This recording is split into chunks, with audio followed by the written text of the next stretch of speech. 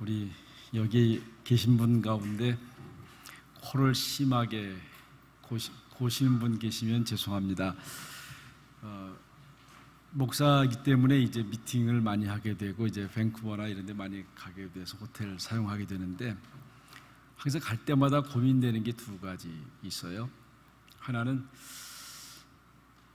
코를 심하게 고는 사람하고 한 방에서 만나면 어떨까. 그때로 기도를 해요. 하나님, 내 룸메이트는 제발 코 심하게 고는 사람 안 만났으면 좋겠습니다.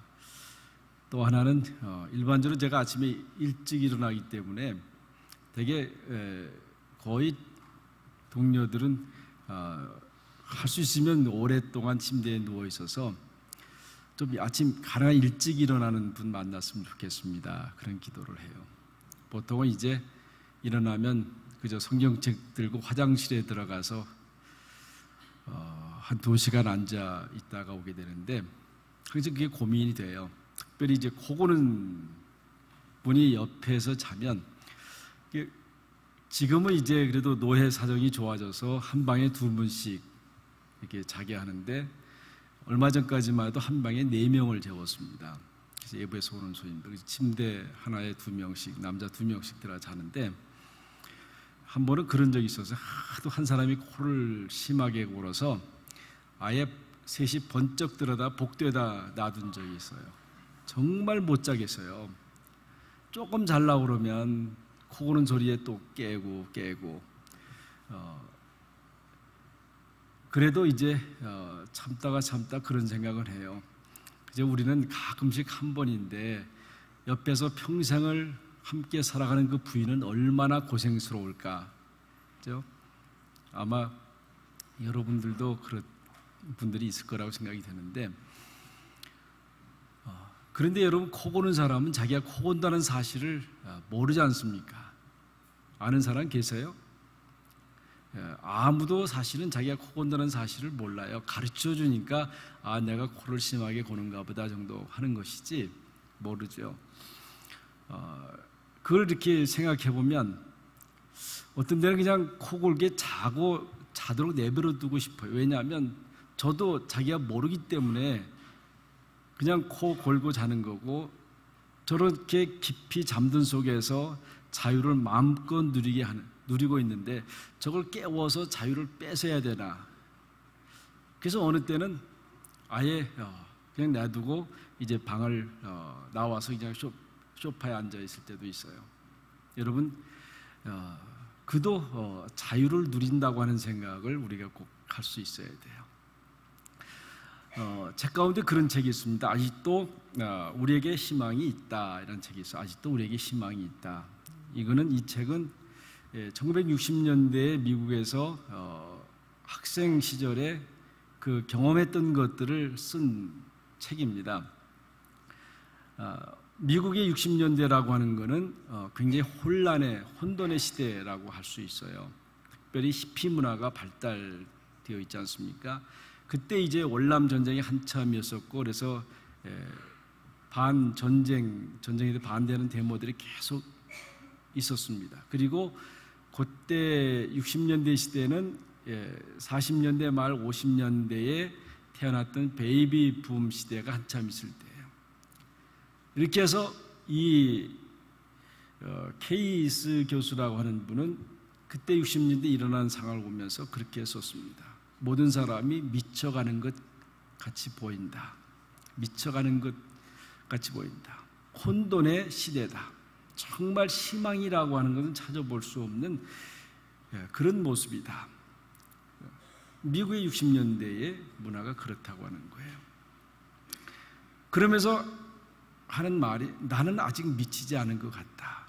왜냐하면 저 세계를 보면서 미쳤다고 하는 혼돈의 시대라고 하는 것을 볼 수 있는 마음, 눈을 가졌기 때문에 나는 아직도 건강한 것 같다.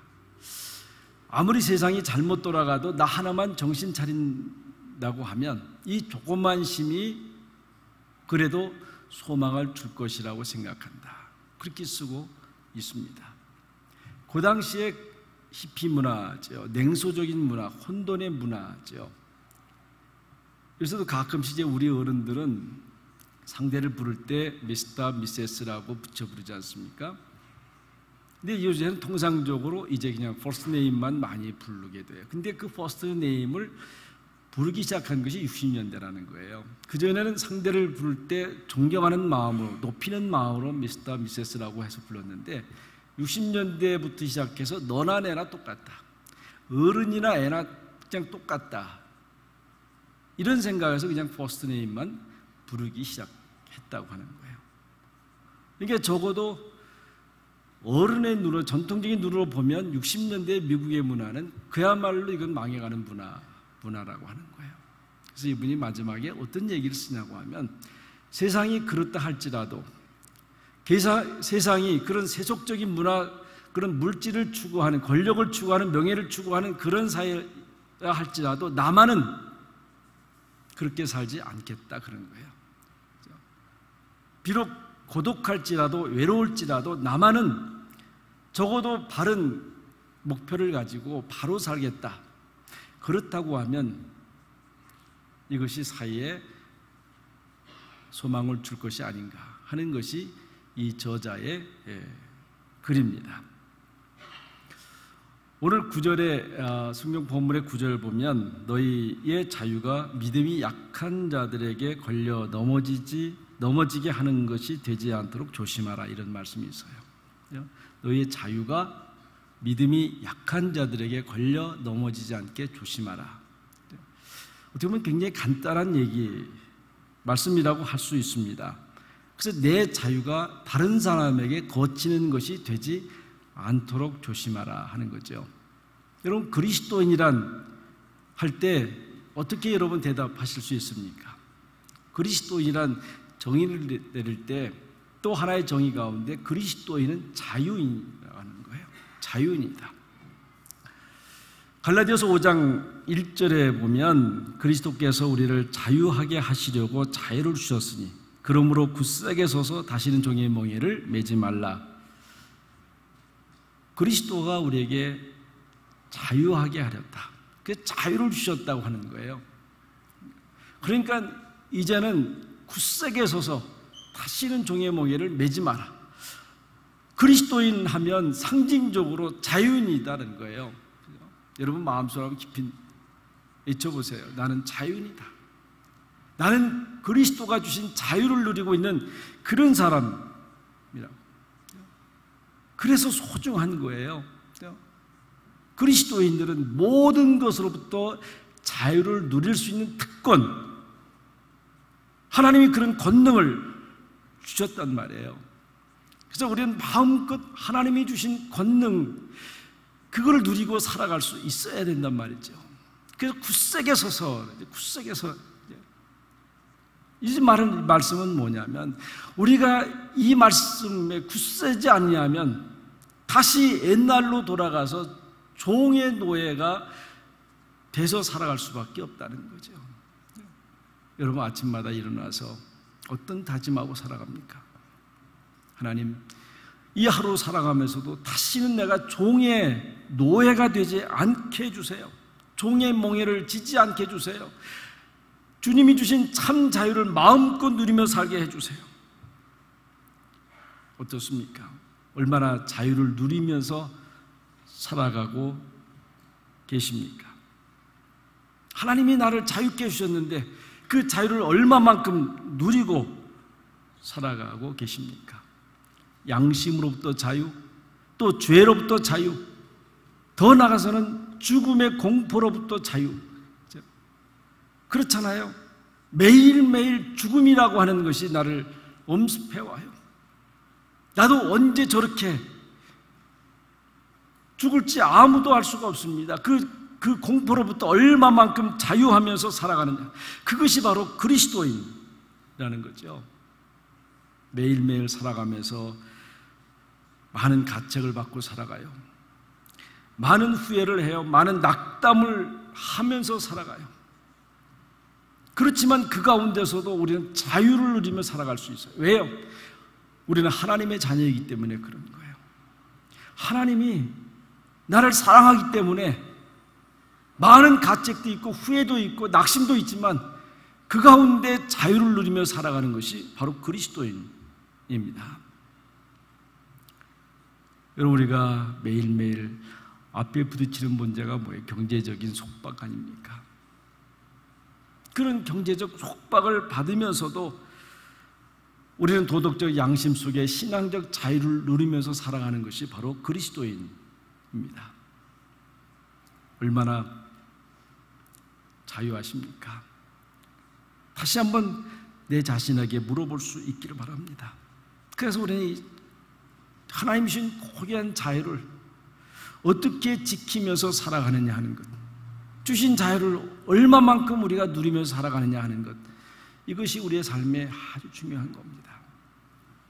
그런데 이것보다 더 자유를 지키는 자유보다 자유를 포기할 수 있는 자유가 더 귀하다고 하는 거예요. 내게 주신 자유를 포기할 수 있는 자유.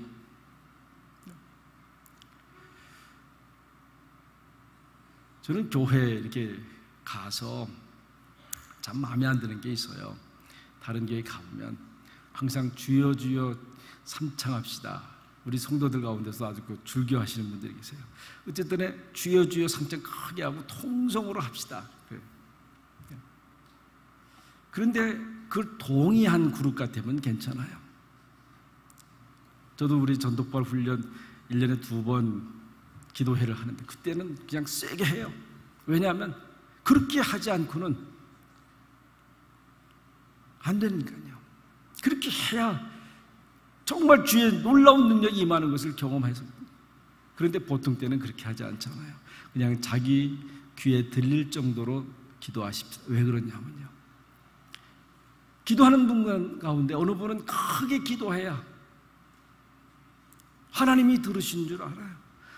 어느 분은 작은 소리로 해도 하나님이 들으신 줄 믿어요. 어느 분은 묵상으로 기도해도 하나님이 다 들으신 줄 알고 교감을 하는 분들도 있어요. 그래서 교회는 가장 보편적인 방법으로 가는 거예요.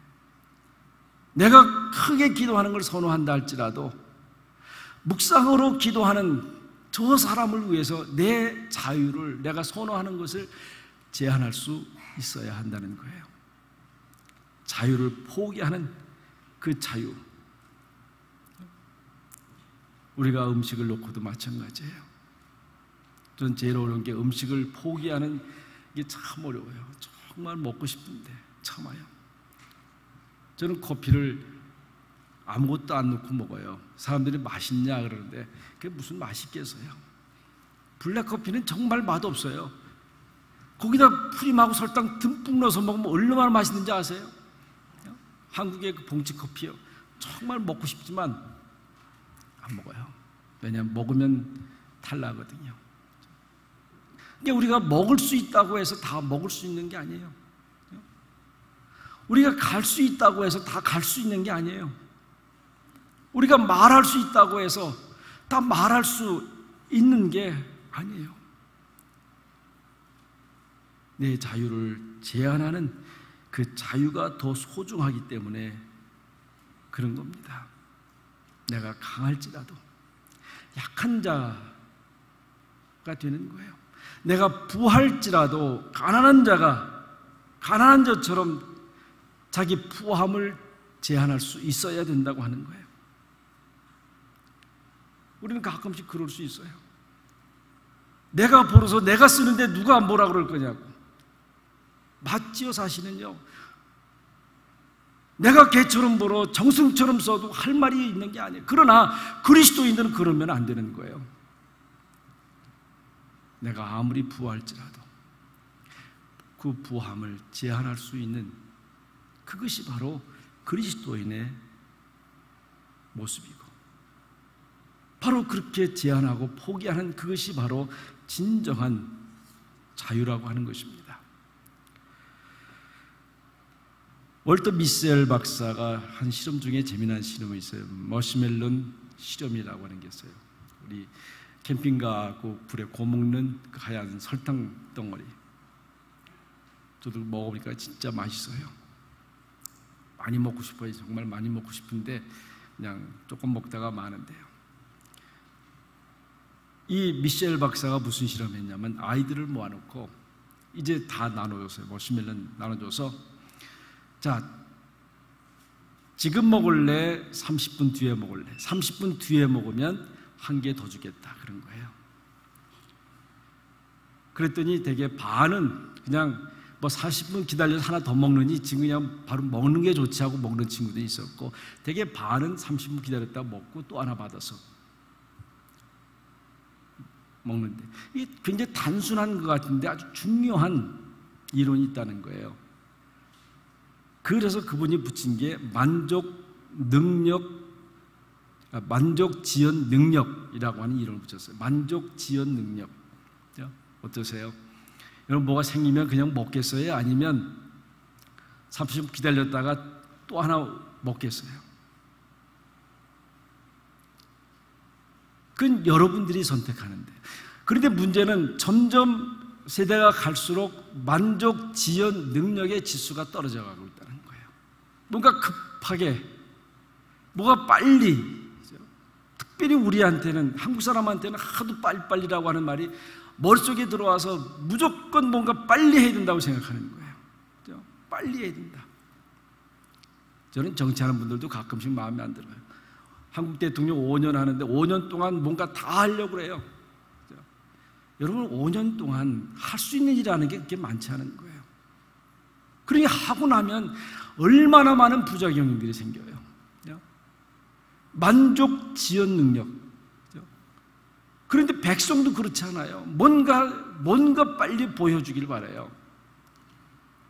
제가 선교사들한테 늘 하는 말이 있어요. 뭘 빨리 할 생각하지 마라. 그냥 3년, 4년 잘 먹고 잘 살아라. 그게 선교다. 그렇게 살다 보면 뭔가 이제 보이면 그때 해도 늦지 않다고. 문제는 후원자들이 기다려주지 않는다는 거예요. 뭔가 선교 편지를 보내와서 이거 했습니다, 저거 했습니다 해야 저 선교사가 뭔가 하니까 우리 돕자 하겠죠. 저는 이 만족 지연 능력, 이거는 뭐예요? 내가 갖기를 원하는 것을 포기할 수 있는 능력과 똑같은 거예요. 자기의 자유를 포기할 수 있는 자유, 그것이 바로 고상한 자유라고 하는 거예요. 오늘 성경 본문에는 그보다 더 큰 자유를 말하고 있습니다. 그것은 타인의 자유를 위해서 내 자유를 포기하는 것, 그것이에요. 타인의 자유를 위해서 내 자유를 포기하는 것입니다. 다른 사람의 자유, 그거를 지켜주기 위해서, 그걸 소중히 여겨주기 위해서 내 자유를 버리는 것을 말합니다. 여기 오늘 음식에 대해서 나왔어요. 여러분, 그렇잖아요. 우리가 중간에 예수를 믿으면 그 예수 믿는 그 방법은 바로 바뀌는 게 아니에요. 옛날에 자기가 가졌던 그 방법을 가지고 예수를 믿어요. 옛날에 우리 할머니, 할아버지들이 그랬잖아요. 늘 새벽마다 정한수를 놓고 빌었어요. 깨끗하게 목욕 재개하고. 근데 많은 그때 할머니, 할아버지들이 교회 나오기 전에 먼저 목욕 재개하고 기도했잖아요. 교회 나왔잖아요. 이게 안 바뀌는 거예요. 그래서 음식의 문제도 다시 말하면 나는 먹을 수 있지만 내가 먹는 음식을 가지고 다른 사람이 믿음의 해를 받으면, 상처를 받으면 안 하겠다. 왜? 그 상대를 위해서 그러기 때문에 그런 거죠. 사도 바울은 성경에서 아주 귀중한 고백을 해요. 나는 지식을 버렸다. 나는 지식을 버렸다. 특별히 빌립보서 3장 7절에 보면 내게 유익하던 것을 내가 그리스도를 위하여 다 해로 여길 뿐만 아니라 해로 여김은, 자기가 그동안 알았던 지식, 사도 바울은 적어도 자기가 알았던 지식에 대해서 자유함을 얻은 사람이에요. 그런데 그리스도를 위해서 다 해로 여겼다 그래서 다 포기한다고 그랬어요. 나는 지식을 버렸다. 많은 것을 알았지만 모르는 자인 것처럼 그 약한 자를 위해서 내가 가진 지식을 버렸다고 그렇게 고백합니다.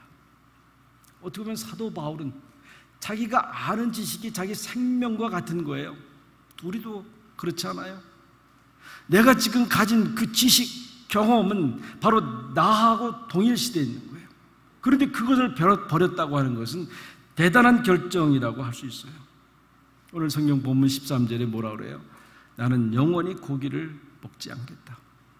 저를 위한 것이라고 하면 영원히 고기를 먹지 않겠다. 얼마나 대단한 얘기입니다. 그래서 11절에 보면 그는 그리스도께서 위하여 죽으신 형제라.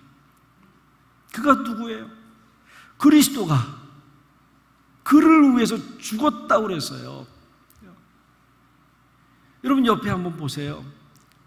옆에 사람이 어떤 사람이세요?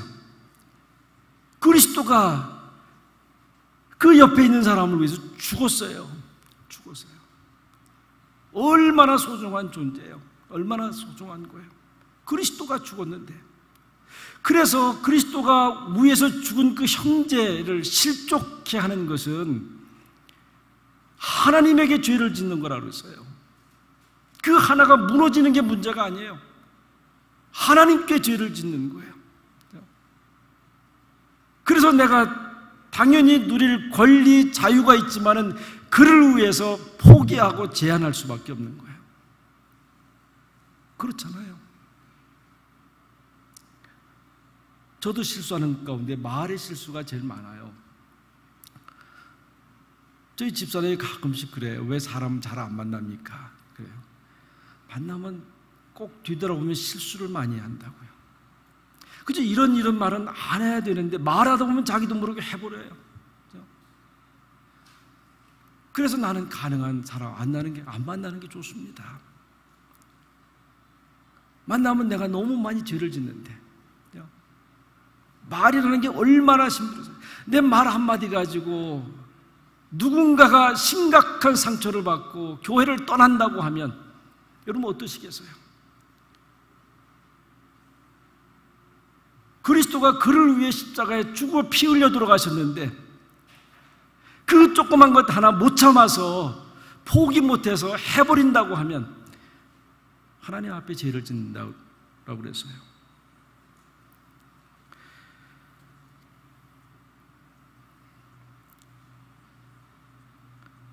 우리가 형제를 생각할 때 항상 그 생각하는 거예요. 내가 하는 행동, 내가 하는 말, 이것 때문에 내 형제 자매가 아파한다고 하면, 그 조금만 그 생각한다고 하면 내가 어떻게 말해야 될지, 어떻게 행동해야 될지 알잖아요.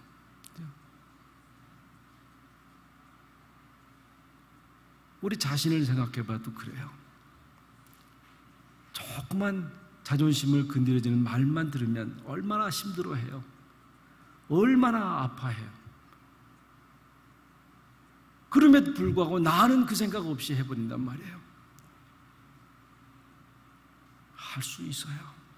그러나 내게 주신 그 자유를, 그 타인을 위해서 포기할 수 있는 자유가 얼마나 고상한 건지, 얼마나 귀한 건지 알 수가 없어요. 내게 준 자유를 포기할 때 내 형제가 사는 거 아니에요. 우리 지지난주에 월드비전에 와서 예배인도 하고 후원을 하는 행사를 했는데 저는 참 마음에 감사했어요. 저는 직접 듣지 못했지만 전해들은 얘기예요. 그분들이 너무 감사하고 너무 놀랐습니다. 자기들은 그렇게 기대하지 않고 왔는데 50여 명이 네팔 어린이들을 위해서 후원 약정을 했습니다. 참 마음이 참 감사했어요. 여러분 보세요. 내가 이제 있으면 돕겠습니다 라고 말하는 분은요, 평생 죽을 때까지 한 사람도 돕지 못하고 죽어요. 다 하잖아요. 저도 그래요. 교회에서 10원 받을 때, 30원 받을 때, 50원 받을 때 한 번도 돈이 남아서 있은 적은 한 번도 없어요. 항상 뭔가 부족했어요. 뭔가 부족해도 오늘까지 살아왔거든요. 내게 주신 자유를 제한하지 않으면 어떤 사람도 남을 도울 수 있지 않습니다. 우리 교회에서 포스트 스텝도 한 7, 80명 후원한다고 그래요. 매달. 또 몇 년 전에 컴패션이 와서도 했어요. 아마 여러분 가운데 이 모양 저 모양으로 도울 거예요. 제가 웨클리프에 여기 우리 봉사하는 분들도 있는데 그 봉사하는 분들도 매달 얼마씩 내서 선교사를 후원한다고 그래요. 내게 주어진 자유를 제한하지 아니하면 결코 할 수 없는 거예요. 성도 여러분, 그리스도가 위하여 죽은 형제라고 했어요. 그리스도가 위하여 죽은 형제. 그거 생각해 보면 조그만 자유 하나 포기하는 것, 그건 큰 일이 아니에요.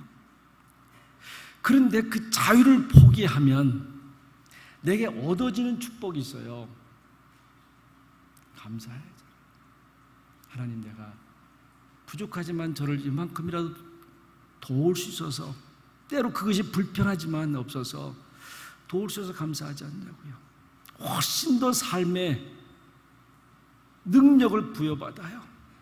능력을 부여받아요. 제가 우리 선교 갔다 온 청년들 만나면요, 참 귀한 간증 듣는 게 뭔지 아세요? 목사님, 지금까지 내가 어떻게 뭘 해되며 살아야 될지 몰랐는데 그 제3세계 가서 선교해 보니까 이제 목사님 저 이렇게 살겠습니다. 이것 하면서 살겠습니다. 이렇게 살겠습니다. 삶의 철학이 바뀌어요. 그 시간 물질 내고 갔다 오는 거 아니에요? 얻어지는 게 훨씬 커요. 내 삶을 제한하고 내 자유를 제한하면 그 자유가 줄어들 것 같지만 하나님은 그 포기한 자유에 30배, 60배, 100배를 더해서 우리에게 자유의 권능을 부여해 주는 거예요. 여러분, 오늘 사도 바울이 음식 문제를 가지고 아파하는 그 사람들을 위해서, 나는 먹을 수 있지만 그를 위해서 영원히 고기를 먹지 아니하리라고 하는 그 고백, 자기에 주어진 당연한 권리를 포기할 수 있는 그 자유, 그 자유를 누리면서 살아가는 성도들이 되십시다. 그것이 진정한 그리스도인의 모습이고 그리스도인들이 누리는 자유라고 할 수 있습니다. 자유를 버릴 줄 아는 자유, 이것이 그리스도인들에게 주신 특권이라고 믿습니다. 기도하겠습니다. 하나님,